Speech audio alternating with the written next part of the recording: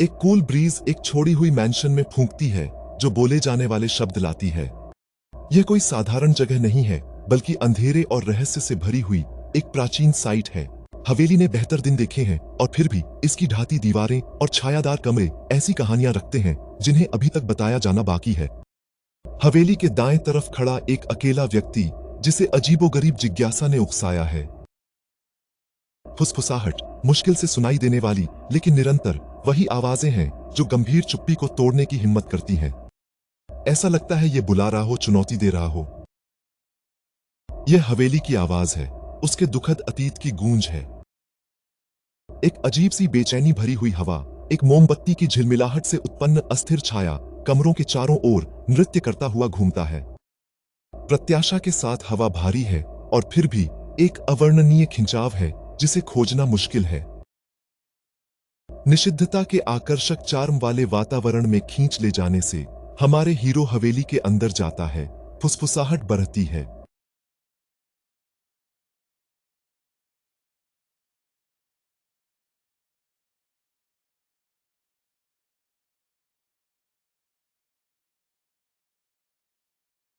नायक अपनी जिज्ञासा से प्रेरित इस छोड़ी हुई महल की खोज में निकल पड़ता है।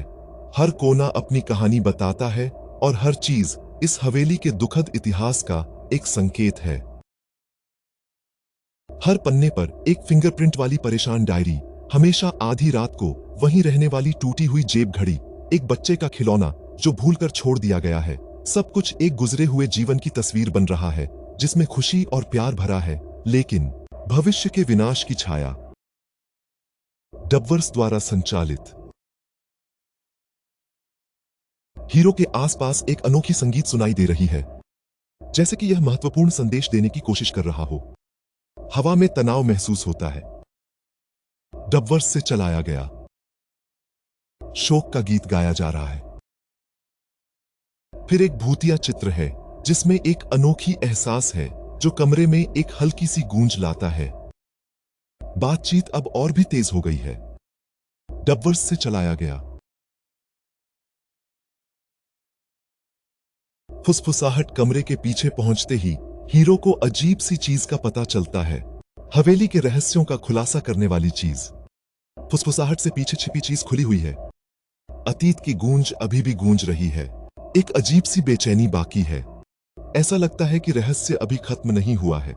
मोमबत्ती की थोड़ी सी रोशनी।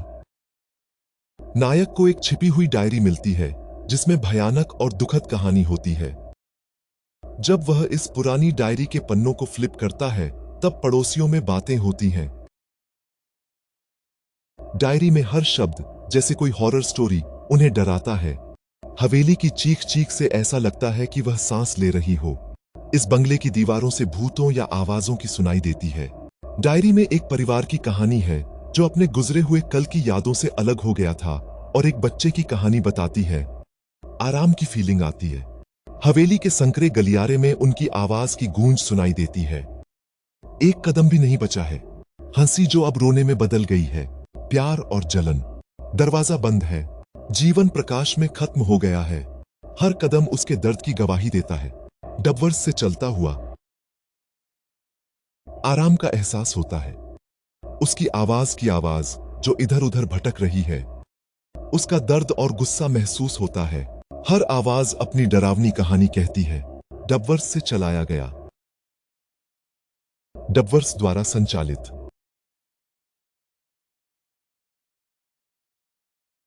राहत का एहसास होता है।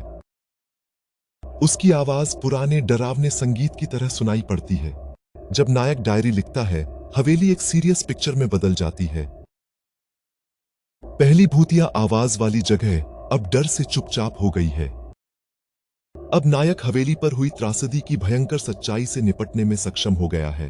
हवेली जो कभी एक डरावना रहस्य थी, अब एक बहुत पुरानी भूली बिसरी त्रासदी की चीखों से भरी हुई है। हवेली के राज अब खुल गए हैं। उसके भूतों और निवासियों को आखिरकार एक आवाज मिल गई है। फिर भी ये साइलेंट है। वॉकर आगे आता है। शायद वो अपनी मौत से पहले एक कंसर्ट लिख रहा हो। यह एक ताजा याददाश्त है जो अब हवा में फैल रही है। हवेली जो कभी एक डरावना रहस्य था, अब एक बहुत पुरानी भूली बिसरी त्रासदी की चीख है। डायरी को पीछे छोड़ते हुए हमारे मुख्य किरदार ने हवेली से बाहर निकल लिया है। उसकी आंखें हवेली से मिल जाती हैं। फिर दरवाजा बंद हो जाता है, लेकिन अब भी एक हल्की फुसफुसाहट सुनी जा सकती है। एक भूतिया किस्सा जो भुलाया नहीं जा सकता, ऐसी डरावनी सिम्फनी। हमारा हीरो मुख्य किरदार को बढ़ाता है। हवेली और उसके रहस्य पीछे छोड़ दिए गए हैं। फिर भी एक ख्याल आ गया है। इतना ट्रबल शूट सवाल जो रीढ़ की हद से गुजरता है, छायादार में छिपा हुआ है। जब हवेली का दरवाजा बंद होता है तो फुसफुसाहट चुप हो जाती है, लेकिन एक भूले हुए संघर्ष का अभिशाप अकेली रात की हवा में है।